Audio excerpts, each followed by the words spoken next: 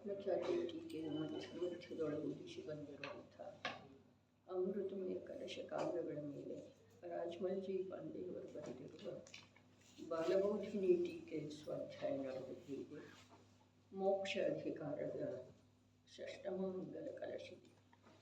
ಸಿದ್ಧಾಂತೋಯಮುದಾತ್ತಚಿತ್ತಚರಿತೈರ್ ಮೋಕ್ಷಾರ್ಥಿಭಿಃ ಸೇವ್ಯತಾಂ ಶುದ್ಧಂ ಚಿನ್ಮಯಮೇಕಮೇವ ಪರಮಂ ಜ್ಯೋತಿ ಸದೈವಾಸ್ಮ್ಯಹಂ ಏತೇ ಹೇತು ಸಮುಲ್ಲಸಂತಿ ವಿವಿಧಾ ಭಾವಾ ಪೃಥಕ್ ಲಕ್ಷಣಾ ತೇಹಂ ನಾಸ್ಮಿ ಯತೋತ್ರ ತೇ ಮಮ ಪರದ್ರವ್ಯಂ ಸಮಗ್ರಾಪಿ. ಸಕಲ ಕರ್ಮಗಳ ಕ್ಷಯವಾದ ಮೇಲೆ ಆಗುವಂಥ ಅತೀಂದ್ರಿಯ ಸುಖವನ್ನು ಉಪಾದೇಯ ರೂಪದಿಂದ ಅನುಭವಿಸುವಂಥ ಯಾವ ಜೀವರುಗಳಿದ್ದಾರೆ ಅವರ ಮುಖಾಂತರ ಯಾವ ಪ್ರಕಾರ ವಸ್ತುವಿನ ಸ್ವರೂಪವನ್ನು ಹೇಳಲಾಗಿದೆಯೋ ಅದರ ಅನುಭವವನ್ನು ನಿರಂತರವಾಗಿ ಮಾಡಿರಿ. ಮೋಕ್ಷಾರ್ಥಿ ಜೀವರುಗಳು ಹೇಗಿರುತ್ತಾರೆ? ಸಂಸಾರ ಶರೀರ ಭೋಗದಿಂದ ರಹಿತವಾದ ಮನದ ಅಭಿಪ್ರಾಯವುಳ್ಳವರಿರುತ್ತಾರೆ. ಹೇಗಿದೆ ಆ ಪರಮಾರ್ಥವು? ಸ್ವಸಂವೇದನ ಪ್ರತ್ಯಕ್ಷನಾದ ನಾನು ಯಾವಾಗಲೂ ಶುದ್ಧ ಜ್ಞಾನ ಸ್ವರೂಪ ಪ್ರಕಾಶನಾಗಿ ನಿಶ್ಚಯದಿಂದ ಜೀವದ್ರವ್ಯ ಇದ್ದೇನೆ. ಅಂಥ ಅನುಭವ ರೂಪ ಇರ್ತಿದೆ, ಜ್ಞಾನ ರೂಪ ಇರ್ತಿದೆ, ಶ್ರದ್ಧಾ ರೂಪ ಇರ್ತಿದೆ, ಸ್ಥಿರತೆಯ ಉದ್ಯಮ ರೂಪ ಇರ್ತಿದೆ. ಏನ? ಪರಮಾರ್ಥ. ಹೇಗಿರುತ್ತದೆ ಪರಮಾರ್ಥವು ಅಂಥೇಳಿ ಹೇಳಿದರು. ಎಲ್ಲಿ ಪರಮಾರ್ಥದ ಒಳಗಿದೆ, ಹೊರಗಿಲ್ಲ. ಪರಮಾರ್ಥ ಒಳಗಿದೆ, ಒಳಗು ಅರ್ಥಾತ್ ಅನುಭವಗಮ್ಯ ಇದೆ, ಅನುಭವ ರೂಪ ಇದೆ. ಯಾವ ತ್ರಿಕಾಲಿ ಶುದ್ಧ ಜ್ಞಾನ ಸ್ವರೂಪನಾದ ನಾನು ಯಾವಾಗ ವರ್ತಮಾನದ ಪರ್ಯಾಯ ಕಾರ್ಯ ಪರ್ಯಾಯದೊಳಗಾಗುವುದಿದೆ, ಕಾರ್ಯ ಧ್ರುವದ ಆಶ್ರಯದಿಂದಾಗುವುದಿದೆ. ಕಾರ್ಯದೊಳಗೆ ಪರದ ಪ್ರವೇಶ ಇಲ್ಲ, ಕಾರ್ಯಕ್ಕೆ ಪರದ ಅವಲಂಬನೆ ಇಲ್ಲ. ಪರನಿರಪೇಕ್ಷ ಇದೆ ಜೀವದ ಸುಖದ ಕಾರ್ಯ, ಮೋಕ್ಷದ ಕಾರ್ಯ. ಸಾಧನನೂ ತಾನೇ, ಸಾಧಕನೂ ತಾನೇ, ಸಾಧ್ಯವೂ ತಾನೇ.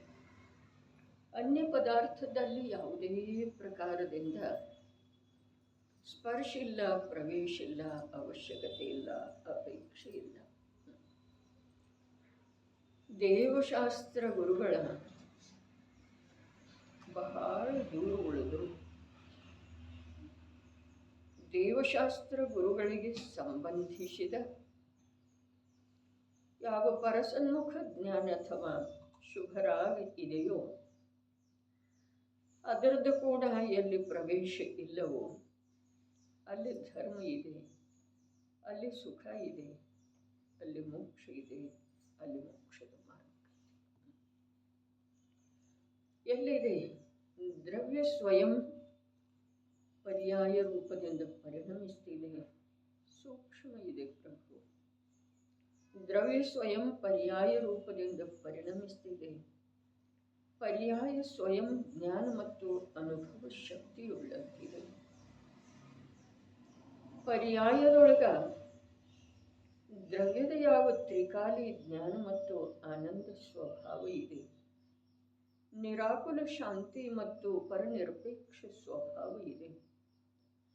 ಆ ಸ್ವಭಾವದ ಸನ್ಮುಖ ಯಾವಾಗ ಪರ್ಯಾಯ ಆಗ್ತಿದೆಯೋ ಆ ಸಮಯದಲ್ಲಿ ಆ ಪರ್ಯಾಯ ದ್ರವ್ಯದಿಂದ ಭಿನ್ನ ಉಳಿಯುವುದಿಲ್ಲ. ಅರ್ಥಾತ್ ಆ ಪರ್ಯಾಯಕ್ಕೆ ದ್ರವ್ಯದಲ್ಲಿ ಏನಿದೆ ಆ ರೂಪದ ಅನುಭವ ಆಗ್ತಿದೆ. ದ್ರವ್ಯ ಹೇಗಿದೆ ಹಾಗೆ ತಾನೆನ್ನುವ ಅನುಭವ ಆಗುತ್ತಿದೆ. ಅಲ್ಲಿ ಎರಡು ಇಲ್ಲವೇ ಇಲ್ಲ. ಯಾವುದು ತ್ರಿಕಾಲಿ ಧ್ರುವ ನ್ಯಾಯಕ ಸ್ವಭಾವ ರೂಪದ ದ್ರವ್ಯ ಇದೆಯೋ, ಯಾವುದ ಅನಂತ ಅನಂತ ಅನಂತ ಅನಂತ ಗುಣಗಳ ಅಭೇದ ಪುಂಜ ನಿರಾಕುಲ ಶಾಂತಿಯ ಸಾಗರ ಜ್ಞಾನದ ಘನಪಿಂಡ ಯಾವ ದ್ರವ್ಯ ಇದೆಯೋ, ಆ ದ್ರವ್ಯವೇ ಸ್ವಯಂ ಪರಿಣಮಿಸಿ ವರ್ತಮಾನದೊಳಗ ಜ್ಞಾನ ರೂಪದಿಂದ ಚೈತನ್ಯ ರೂಪದಿಂದ ಪರಿಣಮಿಸ್ತಿದೆ. ಜ್ಞಾನ ರೂಪದ ಚೈತನ್ಯ ರೂಪದ ಕಾರ್ಯ ಮಾಡುತ್ತಿದೆ. ಅದರ ಆ ಕಾರ್ಯದೊಳಗ ಅನಾದಿ ಕಾಲದಿಂದ ಪರಸನ್ಮುಖತೆ ಇರುವ ಕಾರಣ ಅದಕ್ಕೆ ನಿರಾಕುಲ ಶಾಂತಿ ಪರಮ ಸುಖದ ಅನುಭವ ಇದುವರೆಗೆ ಆಗಲಿಲ್ಲ. ಆಗಿರುವ ಅಪರಾಧಕ್ಕೆ ಯಾವುದೂ ಹೊಣೆ ಅಲ್ಲ, ಆಗಿರುವ ಅಪರಾಧಕ್ಕೆ ಕಾರಣ ಯಾವುದೂ ಅಲ್ಲ, ಯಾವ ಕಾಲ ಅಲ್ಲ, ಕ್ಷೇತ್ರ ಅಲ್ಲ, ದೇಹದ ಹೀನ ಸಂಹನನಲ್ಲ, ಯಾವುದೂ ಅಲ್ಲ ಪ್ರಭು. ಅನಾದಿ ಕಾಲದಿಂದ ಯಾವ ಕರ್ಮ ಈ ಜೀವದ ಜೊತೆಗೆ ಏಕಕ್ಷೇತ್ರ ಅವಗಾಹ ರೂಪದಿಂದ ಬಂದ್ರೂ ತನ್ನಷ್ಟಕ್ಕೆ ತಾನು ಪರಿಣಮನಶೀಲ ಇದೆ, ತನ್ನಲ್ಲೇ ತಾನು ಕಾರ್ಯ ಮಾಡ್ತಾ ಇದೆ. ಆ ಕರ್ಮ ಈ ಜೀವಕ್ಕೆ ಯಾವ ಪ್ರಕಾರದ ದುಃಖದಲ್ಲಿ ನಿಮಿತ್ತ ಇಲ್ಲವೇ ಇಲ್ಲ. ನಿಮಿತ್ತ ಇಲ್ಲ ಅಂತ ಹೇಳಿ ಹೇಳ್ತಾ ಇದ್ದೇನೆ ನಾನು. ದುಃಖವನ್ನು ಅದು ಮಾಡುವುದಿಲ್ಲ, ಅರ್ಥಾತ್ ಅದು ನಿಮಿತ್ತ ಕೂಡ ಇಲ್ಲ. ಯಾಕೆ ನಿಮಿತ್ತ ಇಲ್ಲ? ನಿಮಿತ್ತ ಇದೆ ಅಂತ ಹೇಳಿ ಬರ್ತಿದೆ ಅಲ್ಲ. ಆದರೆ ನಿಮಿತ್ತ ಯಾಕಿಲ್ಲ ಅಂತಂದ್ರೆ, ಇವು ಯಾವಾಗ ಉಪಾದೇಯನಾದಂಥ ಈತ ಯಾವಾಗ ಸ್ವಯಂ ದುಃಖ ಅಥವಾ ರಾಗದ್ವೇಷ ಅಥವಾ ವಿಕಾರ ರೂಪದಿಂದ ಸ್ವಯಂ ಪರಿಣಮಿಸ್ತಾನೋ ಆವಾಗ ಅದನ್ನು ನಿಮಿತ್ತ ಅನ್ನೋದಿದ್ದರೆ, ಆ ನಿಮಿತ್ತ ಇವನನ್ನು ಆ ಪ್ರಕಾರವಾಗಿ ಪರಿಣಮಿಸುವುದರಲ್ಲಿ ಅಸಮರ್ಥ ಇದ್ದರೆ, ನಿತಾಂತ ಅಸಮರ್ಥ ಇದೆ, ಅದರಲ್ಲಿ ಸ್ವಲ್ಪ ಕೂಡ ಸಾಮರ್ಥ್ಯ ಇಲ್ಲ. ಈ ಜೀವನನ್ನು ವಿಕಾರ ರೂಪ ಮಾಡುವಂಥದ್ದು, ದುಃಖಿ ಮಾಡುವಂಥದ್ದು, ಭವಭ್ರಮಣದಲ್ಲಿ ತೊಡಗಿಸಿ ಇಡುವಂಥದ್ದು ಸಾಮರ್ಥ್ಯ ಅದರಲ್ಲಿ ನಿತಾಂತ ಸ್ವಲ್ಪ ಕೂಡ ಇಲ್ಲ. ಈ ಜೀವ ತಾನಾಗೇನ ಯಾವಾಗ ಸುಖದ ಸಾಗರನಾದಂಥ ನಿರಾಕುಲ ನಿರಾಕುಲ ನಿರಾಕುಲ ಶಾಂತಿಯ ಸಮುದ್ರನಾದಂಥ ವಿಜ್ಞಾನ ಘನಪಿಂಡನಾದಂಥ ಅರೂಪಿ ಅಂತಃತತ್ವವನ್ನು, ನಿಜ ತತ್ವವನ್ನು ಪರದ ಅಭಿಲಾಷೆ ಬಿಟ್ಟುಕೊಟ್ಟು ನೋಡುವುದಿಲ್ಲ. ಅಲ್ಲಿಯವರೆಗೆ ಈ ಜೀವ ತಾನಾಗೇನ ನಾನಾ ಪ್ರಕಾರದ ವಿಕಾರ ವಿಕಾರ ವಿಕಾರ ರೂಪದಿಂದ ನಾನು ಮಾಡಿದೆನೋ, ನಾನು ಮಾಡಿದೆನೋ, ನಾನು ಹೀಗೆ ಮಾಡಿದೆನೋ, ನಾನು ಹಾಗೆ ಮಾಡಿದೆನೋ, ನಾನು ಉಪಕಾರ ಮಾಡಿದೆನೋ, ನನಗೆ ಹೋಗೋದಿತ್ತು, ನನಗೆ ಅವರಿಗೆ ಉಪಕಾರ ಮಾಡುವ ಮನಸ್ಸಿತ್ತು, ಆದರೆ ನಾನು ಮುದ್ದಾಂ ಮಾಡಲೆ. ಇದೆಲ್ಲ ವ್ಯರ್ಥವಾಗಿ ವಿಕಾರ ವಿಕಾರ ವಿಕಾರ ವಿಕಾರ ವಿಕಾರ ರೂಪದಿಂದ ಪರಿಣಮಿಸ್ತಾ ಈ ಚತುರ್ಗತಿ ಸಂಸಾರದಲ್ಲಿ ಬಿಟ್ಟು ಬಿಡದೆ ಪರಾಧೀನನಾಗಿ ಅನಂತ ಅನಂತ ಅನಂತ ದುಃಖದ ಅನುಭವ ಮಾಡ್ತಾ ಇದ್ದಾನೆ. ಯಾವ ಪರದ್ರವ್ಯ ಅವನನ್ನು ದುಃಖಿ ಮಾಡಿಸುವ ಸಲುವಾಗಿ ಖಾಲಿ ಇಲ್ಲ. ಯಾವ ಪರದ್ರವ್ಯದ ಹತ್ರ ಒಂದು ಸಮಯ ಇಲ್ಲ, ಜಡ ಇರಲಿ ಚೇತನ ಇರಲಿ. ಯಾವ ಪರದ್ರವ್ಯದ ಹತ್ರ ಈ ಜೀವನನ್ನು ದುಃಖಿ ಮಾಡಬೇಕು, ಪೀಡಿಸಬೇಕು, ಅಂಥ ಕಾರ್ಯ ಮಾಡುವಲ್ಲಿ ಅದಕ್ಕೆ ಸಮಯ ಇಲ್ಲ. ಅದನ್ನೇ ಸೈದ್ಧಾಂತಿಕವಾಗಿ ಹೇಳಿದರೆ ನಿಮಿತ್ತ ಇಲ್ಲ, ನಿಮಿತ್ತ ಇಲ್ಲರಿ. ಆದರೆ ಈತ ತಾನಾಗೇನ ತಾನಾಗೇನ ತಾನಾಗೇನ ನಾನಾ ಪ್ರಕಾರದ ವಿಕೃತಿಯನ್ನು ಧಾರಣ ಮಾಡ್ತಾ ಇರೋ ವೇಳೆದೊಳಗ ಅಲ್ಲಿ ಯಾವುದು ಇದೆಯೋ ಅದನ್ನು ಅನುಕೂಲ ನಿಮಿತ್ತ ಅಂಥೇಳಿ ಹೇಳೋದಿದೆ ರೀ. ಆದರೆ ಯಾವ ನಿಮಿತ್ತ ಅಥವಾ ಯಾವ ಪರದ್ರವ್ಯ, ಯಾವ ಸಂಯೋಗಿ ಪದಾರ್ಥ, ಯಾವ ಉದಯ ರೂಪದ ಕರ್ಮ ಇವನನ್ನು ವಿಕಾರಿ ಮಾಡುವಲ್ಲಿ ಸ್ವಲ್ಪ ಕೂಡ ಸಾಮರ್ಥ್ಯವನ್ನು ಹೊಂದಿಲ್ಲ. ಒಂದು ಮಾತು. ಎರಡನೇದ ಒಂದು ಅಂಶ ಒಂದು ಸಮಯದೊಳಗಿನ ಅರ್ಧ ಭಾಗ ಕೂಡ ಅದರ ಹತ್ರ ಟೈಮ್ ಇಲ್ಲ. ಪ್ರತಿಯೊಂದು ವಸ್ತು ತನ್ನಲ್ಲೇ ತಾನು. ಧನ ತನ್ನ ನಿಮಿತ್ತದಿಂದ ಬರ್ತಿದೆ, ಆರೋಗ್ಯ ತನ್ನ ನಿಮಿತ್ತದಿಂದ ಇರ್ತಿದೆ, ವಿಯೋಗ ತನ್ನ ನಿಮಿತ್ತದಿಂದ ಆಗ್ತಿದೆ, ಹಾನಿ ತನ್ನ ಕಾರಣದಿಂದ ನಿಮಿತ್ತದಿಂದ. ಯಾವ ವಸ್ತುವು ಯಾವ ರೂಪದಿಂದ ಪರಿಣಮಿಸ್ತಿದೆಯೋ ಆ ವಸ್ತುವಿನಲ್ಲಿ ಆ ರೂಪದಿಂದ ಪರಿಣಮಿಸುವಂಥ ಕಾರಣ ವಿದ್ಯಮಾನ. ಅನ್ಯದ ಕಾರಣದಿಂದ ಅದೇನೂ ಮಾಡುವುದಿಲ್ಲ. ಹೀಗಾಗಿ ವಿಶ್ವದ ವ್ಯವಸ್ಥೆ ಸುಂದರ ಇದೆ. ಈ ಜೀವ ವ್ಯರ್ಥನ ಆರೋಪ ಪ್ರತ್ಯಾರೋಪ ಮಾಡ್ತಾ ಮಾಡ್ತಾ ತಾನೇ ತನ್ನಲ್ಲೇ ದುಃಖಿ ಇದ್ದಾನೆ, ತಾನೇ ತನ್ನಲ್ಲೇ ಸಂಸಾರಿ ಇದ್ದಾನೆ. ಇವು ಏನು ಬೇಕಾದ ಪರದ್ರವ್ಯಕ್ಕೆ ಸಂಬಂಧಿಸಿದ ಹಾಗೆ ವಿಕಾರ ವಿಕಲ್ಪ ಶುಭ ಅಶುಭ ಪರಿಣಾಮಗಳನ್ನು ಮಾಡಿದ್ರೂ ಕೂಡ ಆ ಯಾವ ಪರದ್ರವ್ಯದಲ್ಲಿ ಇವನ ಪ್ರವೇಶವೇ ಇಲ್ಲದೆ ಇರುವ ಕಾರಣ ಇವ ತನ್ನ ದುಃಖವನ್ನು ತಾನು ಭೋಗಿಸ್ತಾನೆ ಅಂಥೇಳಿ ವಿಶ್ವದ ವ್ಯವಸ್ಥೆ ಸರಿ ಇದೆ. ಇವನ ಕೈಯೊಳಗೆ ಏನಾದರೂ ಇರ್ತಿತ್ತು ಅಂತಂದ್ರೆ ವಿಶ್ವದ ವ್ಯವಸ್ಥೆ ಎಲ್ಲ ಚಟ್ಟ ಹಾಳಾಗಿ ಇವ ಏನು ಮಾಡ್ತಾನೆ ಇದನ್ನೆಲ್ಲ ತನ್ನ ಅರೂಪಿ ಪ್ರದೇಶದೊಳಗೆ ಮಾಡ್ತಾನೋ. ಇವ ಏನು ಮಾಡ್ತಾನೋ ಅದರ ಫಲವನ್ನು ತಾನೇ ತನ್ನ ಸರ್ವ ಪ್ರದೇಶದೊಳಗೆ ಅನುಭವ ಮಾಡ್ತಾನೋ. ಇವು ಭವದಲ್ಲಿ ಭ್ರಮಣ ಮಾಡಿದ್ರೂ ತನ್ನ ವಿಭಾವದಲ್ಲಿ ಮುಳುಗ್ತಾ ಇದ್ದಾನೆ. ಹೊರದೊಳಗೆ ಏನು ಮಾಡ್ತಾನೆ, ಹೇಗಿದೆ ಪರಮಾರ್ಥವು ಅಂಥೇಳಿ ಪ್ರಶ್ನೆ ಇದೆ. ಅದ್ಭುತ ಪ್ರಶ್ನೆ, ವಿಶ್ವ ವಿಸ್ಮಯಕಾರಿ ಪ್ರಶ್ನೆ. ವಿಶ್ವದ ಜೀವರುಗಳಿಗೆ ತಿಳಿದು ಬರೋದನ್ನು ಸಾಧ್ಯ ಇಲ್ಲ ಅಂಥ ಉತ್ತರ. ಅಹಂ ಶುದ್ಧಂ ಚಿನ್ಮಯಂ ಜ್ಯೋತಿ ಸದಾಯವ ಅಸ್ಮಿ. ನಾನು ಅಹಂ, ಇದರ ಅರ್ಥ ನಾನು. ಅಹಂದ ಅರ್ಥ ನಾನು ಶಬ್ದಶಃ. ಅದರ ಟೀಕಾಕಾರದ ಕಮಾಲ ಏನಿದೆ, ಟೀಕಾಕಾರದ ಉಪಕಾರ ಎಷ್ಟಿದೆ. ಸ್ವಸಂವೇದನ ಪ್ರತ್ಯಕ್ಷನಾದ ಆಚಾರ್ಯ ಭಗವಂತರ ಶಬ್ದ ಇದೆ ಅಹಂ, ನಾನು. ಎಂಥ ನಾನು? ನಾನು ಅನಾದಿ ಕಾಲದಿಂದ ಎಂಥವನನ್ನು ನಾನು ಅಂಥೇಳಿ ಅನುಭವ ಮಾಡ್ತಾ ಇದ್ದೇನೆ, ಅಂಥ ನಾನಲ್ಲ. ಸ್ವಸಂವೇದನ ಪ್ರತ್ಯಕ್ಷನಾದ ನಾನು, ಸ್ವಸಂವೇದನ ಪ್ರತ್ಯಕ್ಷನಾದ ನಾನು. ಏನು ಶಬ್ದ ಇದೆ, ಏನಿದೆ ಇದರೊಳಗೆ? ದ್ರವ್ಯದೆ, ಪರ್ಯಾಯ ಇದೆ, ಏನು ಪ್ರಶ್ನೆ ಇದೆ? ಸ್ವಸಂವೇದನ ಪ್ರತ್ಯಕ್ಷನಾದ ನಾನು ಅಂದ್ರೆ ದ್ರವ್ಯ ಪ್ರತ್ಯಕ್ಷ ಇದೆಯಲ್ಲ, ಪ್ರತ್ಯಕ್ಷನೇ ಇದೆ. ಆದರೆ ಎಲ್ಲಿಯವರೆಗೆ ಸ್ವಸಂವೇದನೆ ಇಲ್ಲ ಅಲ್ಲಿಯವರೆಗೆ ಅದು ಪ್ರತ್ಯಕ್ಷ ಅಲ್ಲ, ಪರೋಕ್ಷ ಕೂಡ ಇಲ್ಲ.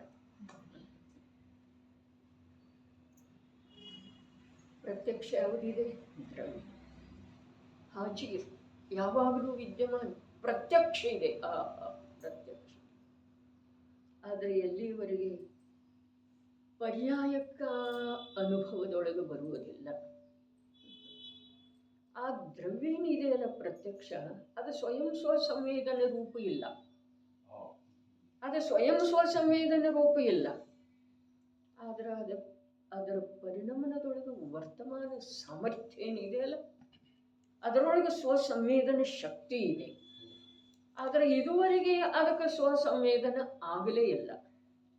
ಅದಕ್ಕೆ ಬರೀ ಪರದ ವೇದನೆ, ಕರ್ಮದ ಅನುಭವದ ವೇದನೆ, ಶ್ರೀಮಂತಿಕೆಯ ವೇದನೆ, ನಿರೋಗತೆಯ ವೇದನೆ, ಸುಂದರತೆಯ ವೇದನೆ.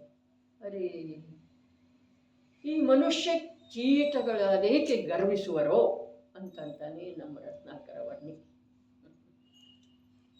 ಕೆಲವೊಂದು ಜೀವಗಳ ನಡಿಗೆ ಹೀಗಿರ್ತಿದೆ. ಬಾರಿಲಗಳಕ್ಕಿರ್ತಾರಲ್ಲ, ನಾನು ದೊಡ್ಡವ, ಮಾರ್ಕೆಟ್ ಚಿಕ್ಕದ ಅನ್ನೋ ಹಾಗೆ ಶಬ್ದ ಏನಿದೆ ಅದನ್ನು ನೀವು ತಿಳ್ಕೊಳ್ರಿ.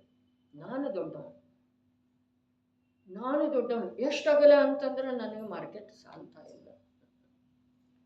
ಅದಕ್ಕೆ ಒಂದೊಂದು ಸಲ ಅನ್ನಿಸ್ತಿದೆ, ಇದೇನು ತಾರುಣ್ಯದ ಗರ್ವ ಇದೆಯೋ, ಇದೇನು ರೂಪದ ಗರ್ವ ಇದೆಯೋ, ಇದೇನು ವಿದ್ಯೆಯ ಗರ್ವ ಇದೆಯೋ, ಇದೇನು ಅಜ್ಞಾನದ ವಿಪರೀತ ವಿಪರೀತ ವಿಪರೀತ ವಿಪರೀತದ ಚರಮಶೀಲಿ ಇದೆ ಅನ್ನಿಸ್ತಿದೆ. ಜೀವ ಹೀಗಾಗಿನ ದುರ್ಗತಿಯೊಳಗೆ ಬೀಳ್ತಾನೆ.